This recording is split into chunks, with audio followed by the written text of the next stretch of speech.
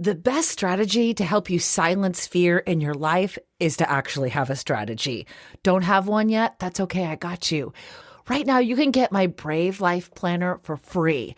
Just go to getyourbraveon.info and you can download my morning boot up routine that helps you focus on what you're grateful for, develop strategies and pathways to achieve your goals, and it helps you pick one brave thing a day to do so you don't get so overwhelmed.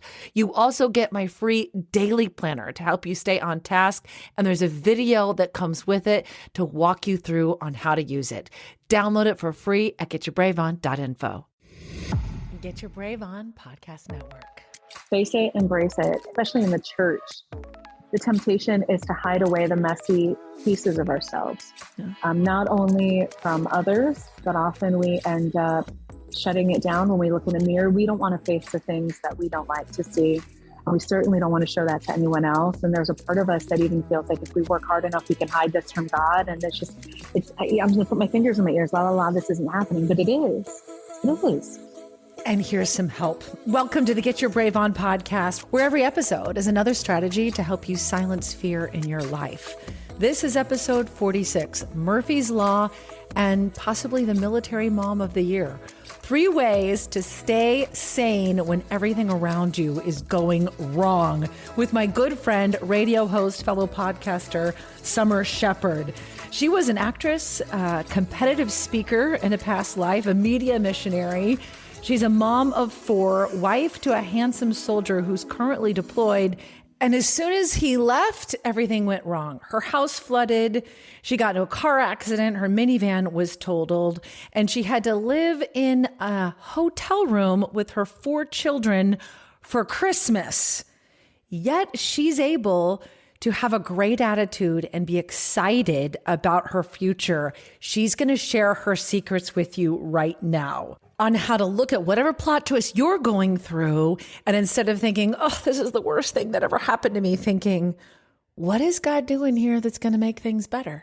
And Summer, through all of this, I love the fact that you were just nominated for Military Spouse of the Year. I am carrying all of the imposter syndrome in my backpack and all of my pockets in this current environment. But every year, the Armed Forces Insurance hosts this Military Spouse of the Year competition, if you will, where they allow nominations to be open to just any military spouse. So active duty, reserves, doesn't matter. Nominations come in, there's a period of voting, then winners are announced, it moves on to a judge level, and eventually you narrow it down to finalists in each of the branch categories, and then they narrow it down from there. It's like, like Miss America for soldiers' wives or something like that, from what I understand. But here is something that I think is really profound and beautiful, is these women who are nominated and who get through, they have a platform to be able to share what God is doing in their lives. And just being on this call and meeting some of the other nominees, I am just like, why do I even have a seat at this table? These are incredible women doing incredible things. And I am honored, to get to know them, truly. But Amanda, as you mentioned, we're a reserve family. So I think for us, the military community has been a little bit of a foreign concept for us. We don't live on a base. I don't have any other military spouse friends like down the block from me or anything who even really know what this is like. Yeah. So this whole year has been an incredible trial by fire with my husband being gone.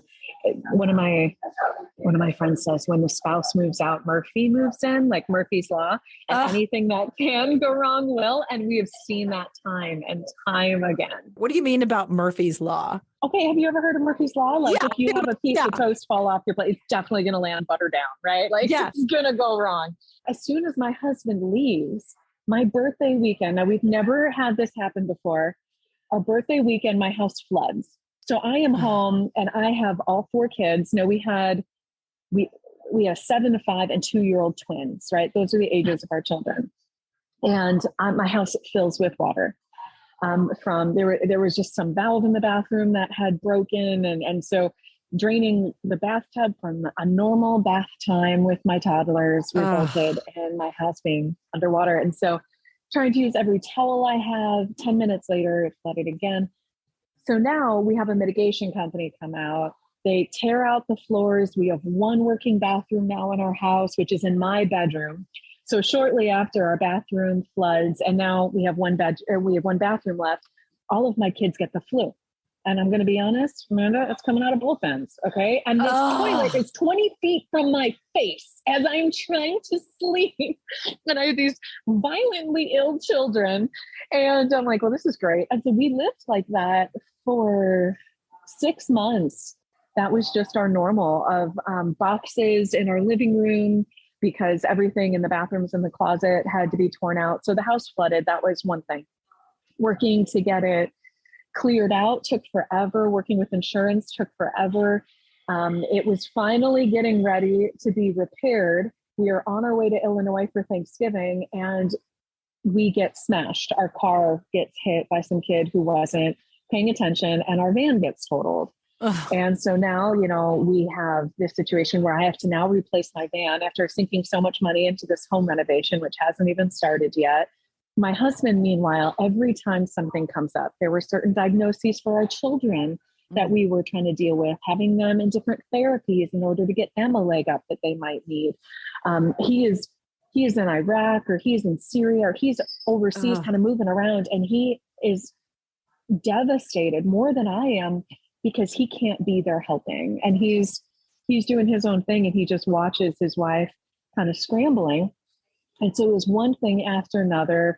As soon as our kids stopped being sick from one thing, they started being sick from something else. We just had a house of chaos for at least 6 months. And it's finally starting to get back to normal. But there was just one hard thing after another. But what we saw in that over and over through each of those difficulties was how faithful God was. And that when I changed my perspective a little bit, every one of those rough things ended up being his blessing in disguise in a way I never would have thought to ask for it. Wow. Okay. How in the world? So we talk a lot on this podcast about getting through plot twists and how do you keep moving? That's how you get your brave on. How in the world were those things blessings? Well, for one, there was a lot in our house that needed updating. And we knew that if we were ever going to move, which we had, some casual plans to do, having now 4 children, little kids in a very small house, we're like, this can't be our forever home. We won't fit. And we were going to need to repair those things, but we didn't have a plan for how we were going to pay for that. We didn't know how that was going to work out. So this house flood, super inconvenient. And insurance covered most of these projects that we needed to get done anyways. And it's, again, never the way I would have thought to ask for that. Even the timing, there's some things that I'm not at liberty to share quite yet, but there's some other really cool big God things that he's working out right now. Yeah. And the timing of when these repairs fell, only he could have known, but it's his perfect providence. Even the van getting totaled, it allowed us to move up in the world of vehicular transportation. So we were able to get a minivan that was nicer, more reliable, and in a way that we never would have asked for it before. So just seeing how he is providing for us in the midst of the challenges and learning to trust. For me, over and over and over, it was an exercise in trust. Even when it came to my kids struggling, my son has some delays. We have him in an early intervention program to get him a leg up and get him the help that he needs. And I'm sitting there in my living room and I'm watching my son struggle to find words to express what he's feeling or tantruming and feeling so helpless. But then I expand my vision a little bit to encompass the therapists that are sitting on the floor with him, playing with him, who are encouraging me, who are affirming me and my parenting choices. And I'm like, Lord, thank you. Because if we didn't have this struggle, I wouldn't have these women. And if I didn't have these women, I wouldn't have the gift of this moment right here. And so I feel like he has just been training me to trust. I went to an event in another state and I hopped in a store and I found this little rock. It says trust. Oh, I love that. I have it on the video here. I keep it in my pocket all the time because I feel like this has just been the year where he's like, look, girl, you got me. and you're going to have to learn to lean on me in this time. Wow.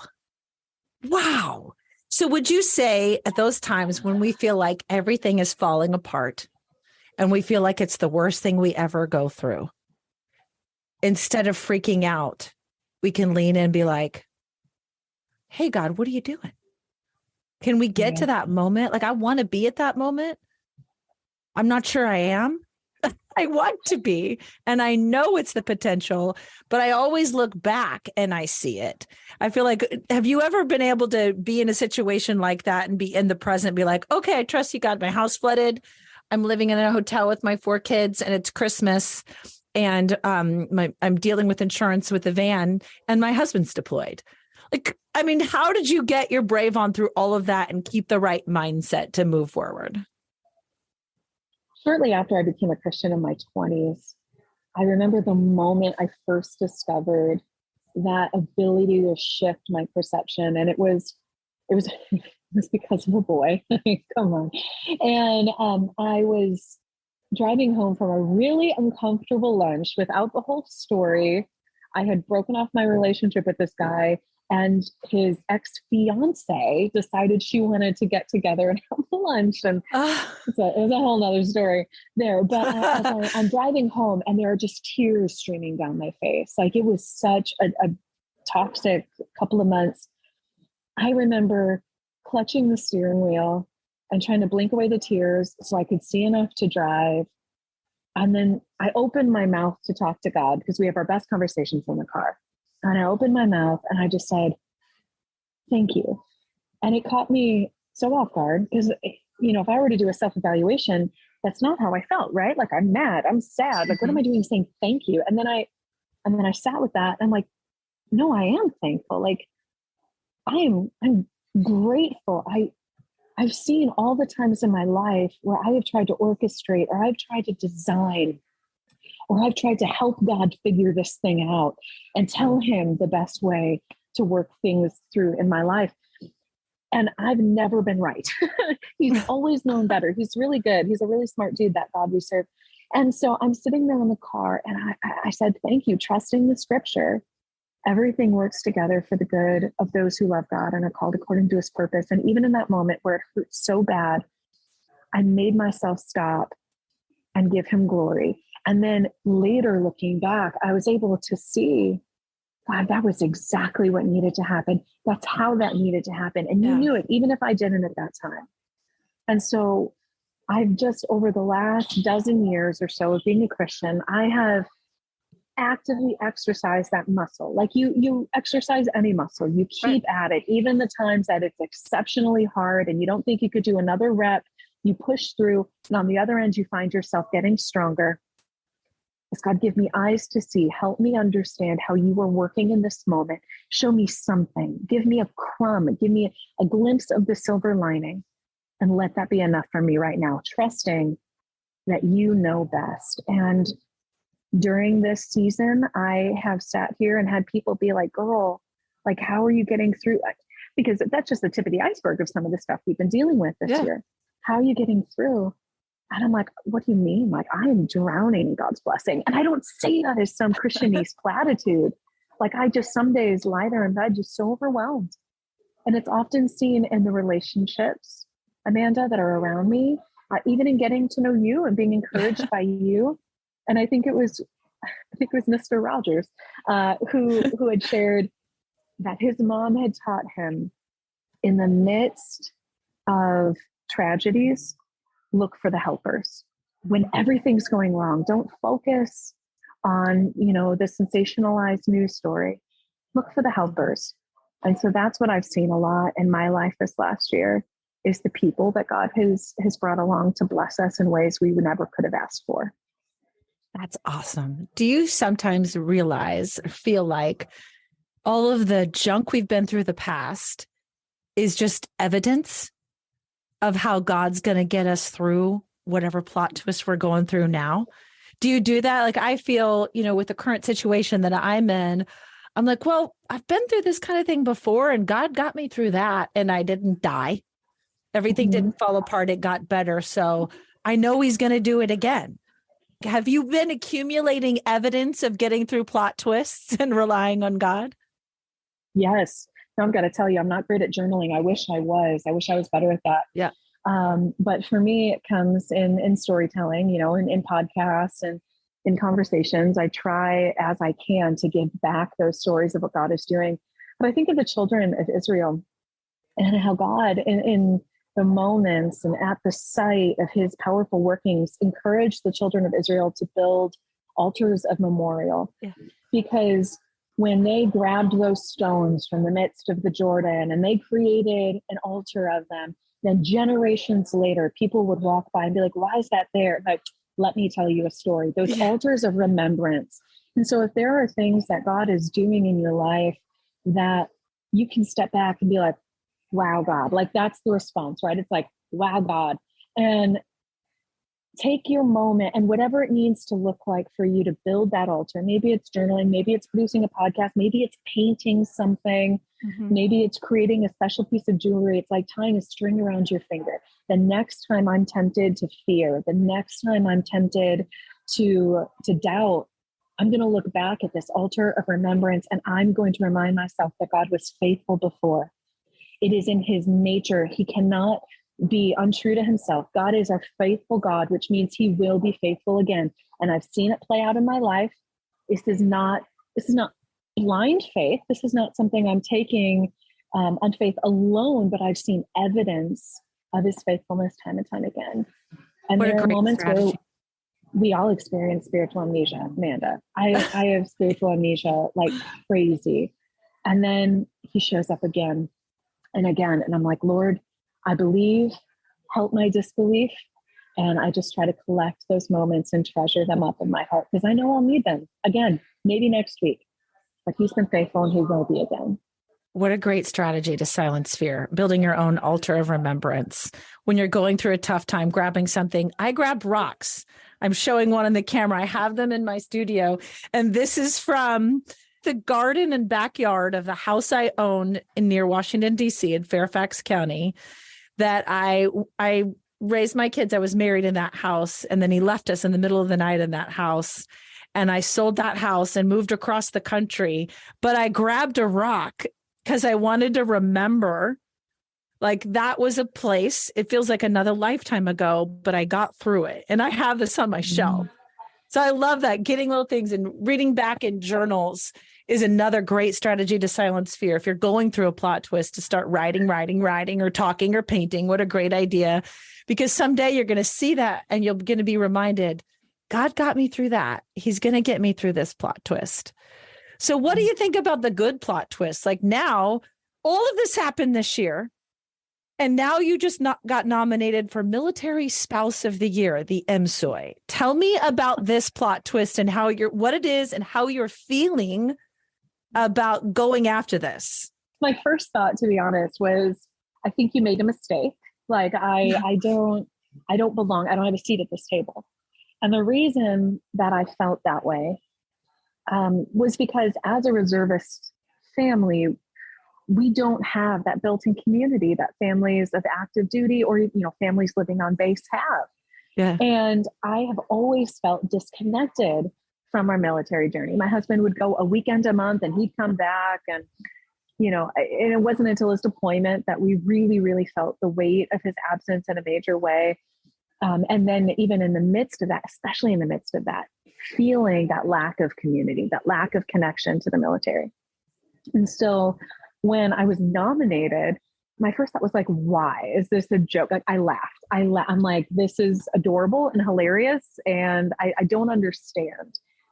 But then I asked God, okay, God, what is it that I could bring that would glorify you with this platform if this is something that you have for me? And I think that lack of connectivity that we felt as a military family, being in the reserves, that is a common thread that I hear from other reservist families. It's like, yes, we're military technically, but we're something else. We're not quite the same. And so I would love to be able to champion for people who desperately need to feel seen. And that's something that I do with No Seriously. How do I do this? That's my heart for my radio ministry, is to help people feel loved and not alone. And so I've done that where I can with a military family that lives near us, whose husband's deployed with mine. They live about 30 minutes away. They're the closest connection we even have to another military family in our area.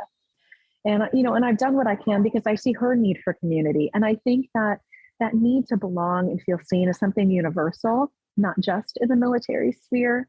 But if there's any way that I can use my platform, and if there's any way that I can use my voice and the connections and the talents that God has given me to affect change and to bridge gaps and help soothe the pain that exists when you feel like you are struggling alone without your person.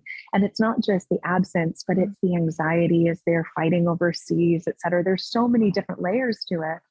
And outside of the military, it's hard to really comprehend. If I can help build bridges, that's my heart in this. And so there are so many amazing nominees who are doing incredible work. And I'm just like, I have a podcast. And a radio show. I have a podcast. But, if I can use my voice, literally or metaphorically or whatever that looks like, to help people feel seen, known, and loved, and offer them the hope that truly can change their narrative, the hope that we all truly need in Jesus, then I'm grateful for this opportunity, and I'll see it through wherever God brings it. There's one thing I know about Summer is she's just extremely resourceful and extremely talented in just communicating a message and just getting stuff done. I've seen her speak. I've listened to her show. I've listened to her podcast. I truly believe that you are going to win this thing. So help us understand, so you're nominated. How do we help you win? And how do we help you get through this imposter syndrome? Because I truly believe God says that the thief came to steal and kill and destroy. And I think a lot of that for women, he does it in our minds to steal our confidence. But he says, but Jesus says, I came to give you life to the full until it overflows. So he is beating out that imposter syndrome in your head that this is a potential. So know that. And what can we do? What's the process? So once the nominees are all in, voting starts. It's a 4-day period at the beginning of February. And in that 4-day period, you can vote once every single day for the nominee of your choice. Then the top nominees are considered base winners. I'm like, I don't even live on a base. I don't know what that means, but apparently that still totally applies to me. And once the base winners are announced, then their public profile is created, which goes before a panel of judges who will determine from each branch 3 finalists. And then from there, you have branch winners, and then they will announce an overall winner in Washington, D.C. in May. Is going to be the event to kind of make all of those announcements. But the first stage will be early February, and that's just going to be voting. Okay. All right. We can do this. So my vision for Get Your Brave On, I call my tribe the Brave Babes. That we're all here, is that we're the kind of women that don't compete with each other. Right. We're the kind of women, because we've all met those. But we're the kind of women that lift each other up and lean in and be like, how can I help you succeed? So stay in touch with us so we can send votes your way and help you succeed, because I think you have some incredible opportunities coming. I know you do. I know some of them that she can't even talk about yet. So I think this is super exciting. So what would you say to the Brave Babes? Inspiration for this podcast is to really speak into those moments where someone's facing a plot twist and going, I don't know if I can make it through any divorce, job loss, relationship loss, or just being plain lost in life. What do they do in those moments to get their brave on and keep moving forward? What would you say to a brave babe who's in one of those plot twists right now? I would say to face and embrace it. Face it, embrace it. I think for us, it is, especially in the church, the temptation is to hide away the messy pieces of ourselves. Yeah. Not only from others, but often we end up shutting it down when we look in the mirror. We don't want to face the things that we don't like to see. And we certainly don't want to show that to anyone else. And there's a part of us that even feels like if we work hard enough, we can hide this from God. And I'm just going to put my fingers in my ears. La, la, la, this isn't happening, but it is. It is. And practicing, and it's not going to come naturally. And there's plenty of days for me, and this is a muscle I've practiced, an exercise that it still doesn't come natural to say, God, thank you. I don't know what it looks like right now, what you're doing, but I trust you. And sometimes just saying that out loud, declaring our trust when we're not feeling it is the first step. God, give me the strength. I believe, help my unbelief, right? It's one of my favorite verses in scripture. And asking for his strength, leaning into that and leaning into each other. I think the most destructive thing that the enemy propagates is this illusion of isolation. And we end up being alone in a crowded room. We feel like no one else will understand what I'm going through. No one else could possibly get me. But when we're not afraid to go first and say, here's where I'm at, and this is hard, you're going to find that so many right there in that room with you have been there too, but didn't think anyone else could understand. So facing and embracing that this is part of your story now, and giving it to God with an open hand, being like, redeem this because I trust that you will. You say you will, and I'm going to take you at your word. Help me to trust. Teach me to trust, and know that your story has been given to you for a very important reason. There is someone I believe that you are going to encounter one day who needs exactly what you've been through, and you're going to be able to reach them on a soul level that no one else could. So face it and embrace it and ask for the strength when yours fails.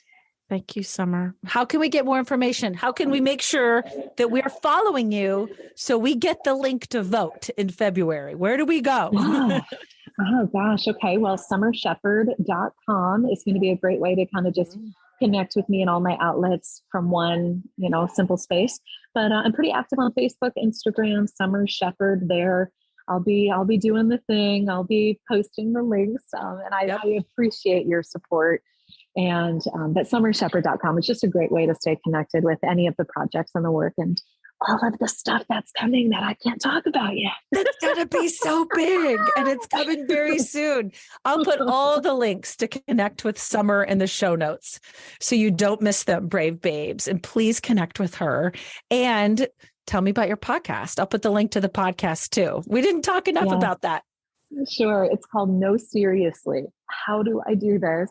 And it is a place to have those conversations about the underbelly of parenting from a Christian perspective, those things we don't talk about enough, especially in the church. And so we have artists, authors, experts, local moms on to have conversations that are lighthearted and funny, and some that are really serious and hard, but conversations that need to be had because you are loved and you are not alone in what you're facing. And I think there's very few realms where we feel more isolated and more insecure than parenting. And I just want to help dispel that. Amazing. It's on all the things. It's on all the places that you can listen to us. No, seriously, how do I do this? You can make sure you stay in touch with her. And again, I'll put the link in the show notes. And it's honor. Anything I didn't ask you that you want to share about living a strong and courageous life, silencing fear, or your nomination that you're going through right now? Did we cover it all? I think we did. And I would just encourage people to find their tribe and to be that ear for others who need it too, because there's so many people who are struggling alone under this illusion of isolation, and it's a lie, and we need to work together to dispel it. Yep. We got a tribe here. Join the Brave Babes. You can join our private Facebook group. Just search Get Your Brave On. Again, link to that is in the show notes, and that's a safe place. And I'm convinced if we get enough Brave Babes in there, we're totally getting jackets. Matching jackets. Yeah. Don't you think? We'll send you a jacket. Okay. Thanks, I'm holding Summer. you to that. Okay, you got my it. Pleasure. Thank you, Amanda, for having me on. Thank you so much for your support of the Get Your Brave On podcast. I'd love to connect with you. Call my hotline anytime and let me know how this podcast is impacting your life. and how you're silencing fear at 530-4AMANDA. Let's connect on socials and get more strategies to silence fear every day on Facebook, Instagram, and TikTok at Amanda Carroll Show. And if you want to go deeper, join my Patreon. You can get daily motivations and prayers and meditations and live videos. Just go to getyourbraveon.info and sign up to be a member of the Get Your Brave On tribe.